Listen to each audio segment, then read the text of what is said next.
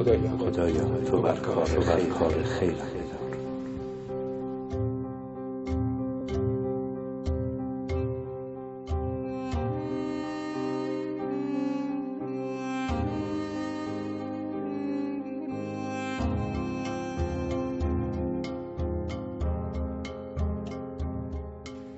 بنکر شتاب دهنده. بنکر شتاب دهنده بنکریه که شتاب دهنده است دیگه. نه یعنی یه بنکریه که شتابش زیاده. نه تو مقصود بود، من قانع شدم. بنکر یه اتاقک مربوط به دستگاه شتاب دهنده خطی با انرژی بالا. بنکر محل قرارگیری دستگاه شتاب دهنده است. دستگاه شتاب دهنده چیه؟ 600 میلیون برای بنکر.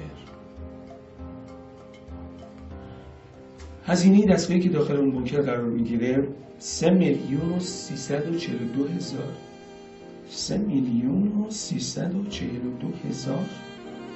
بابا 3 میلیون که دیگه فیلم گرفتن درخواست کمک و این چیزا نداره که. رقم دقیقشو بگو.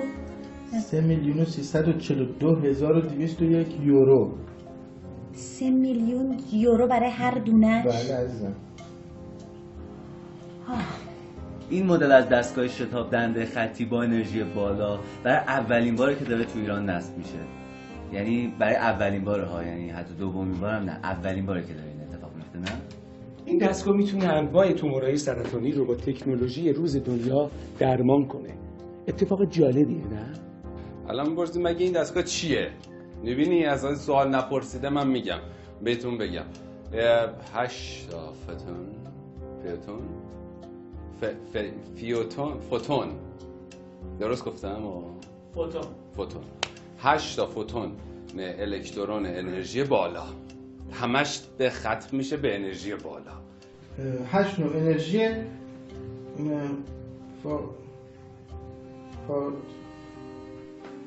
هشو امروز یورو چنده؟ تو بگو 4 تومن. 4,000 ضرب در 4,000 در 3 میلیون و 342,000 سب کنی روشه 3 میلیون و 342,201 یورو شمسه.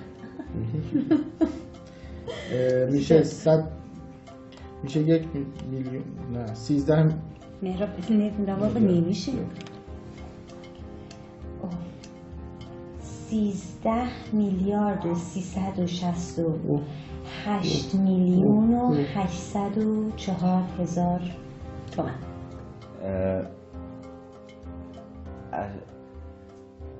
بابا اصلا چرا اینقدر سختش میکنین؟ ببینید نیازی به این همه اطلاعات سخت و این همه اسمای سخت نیستش.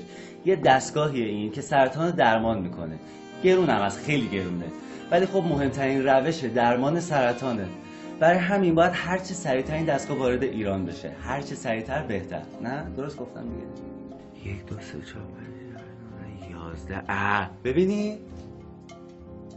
ولی خب اگه کلی بخوایم حساب بکنیم خیلی هم نیستش دیگه، جور میشه نه؟ رقم گنده است، ولی اگر یه خورده تقسیم انجام بدیم میبینیم که مثلا برای مردم تهران، اگه همین مردم تهران مشارکت کنن، نفری 10 تومن میشه، 10,000 تومن. رقم زیادی میشه، اما مهم نیست. اگه هممون بخوایم رقمش خیلی هم کم میشه، فقط باید بخوایم. شازده میدونیم آدم ها چقدر میتونیم در کمک کردن به همدیگه نقش داشته باشیم؟ همه مردم ایران مشارکت کنن میشه نفر 2 تومن. رقم گنده است، ولی ما میتونیم با هم. امسال جشنواره نوروزی مؤسسه بهنام دریچپور رو برگزار میکنیم. قراره توی 19مین سالگرد این مؤسسه یه اتفاق بزرگ بیفته و قراره برای یک کار بزرگ کنار بهنام باشیم. امسال باید یه بنکر بسازیم که هزینه 600 میلیون تومنه. بنکر یه اتاقک مربوط به دستگاه شتاب دهنده خطی با انرژی بالا. هزینه خود دستگاه حدود 3 میلیون یوروه. این دستگاه 8 نوع انرژی فوتون داره و 2 نوع پرتو ایکس یا الکترون که میتونه انواع تومورهای سرطانی رو نابود کنه. راستش اینه همه این اتفاقا به خاطر 19مین سالگرد مؤسسه دهشپور دوره هم جمع میشیم توی مجموعه تلاش پایین‌تر از پارک وی ساعت 10 صبح تا 9 شب. حالا همون تا 9 شب دیگه یه خورده این لالوی خرید عیدتون یه وقتی هم بذارین هم دیگه رو ببینید. ما هم هستیم اونجا و گفتم همه رو دیگه. 6 تا 9 اسفند. جشنواره نوروزی خیریه که از 6 تا 9 اسفند ماه 1392 در مجموعه تلاش یعنی پایین‌تر از پارک وی از ساعت 10 صبح تا 9 شب برگزار میشه. تمام عواید جشنواره امسال قراره برای ساخت این بنکر دستگاه شتاب دهنده خرج بشه. این یه کار بزرگه و کار بزرگ آدم بزرگ میخواد. بیایم در به خدمت گرفتن این تکنولوژی که احتمالاً از این بعد بزرگتر بشن، از این اتاق باید بشه شاید هم بزرگتر و میتونه یه امید بزرگ برای بیماران سرطانی باشه نقش داشته باشه.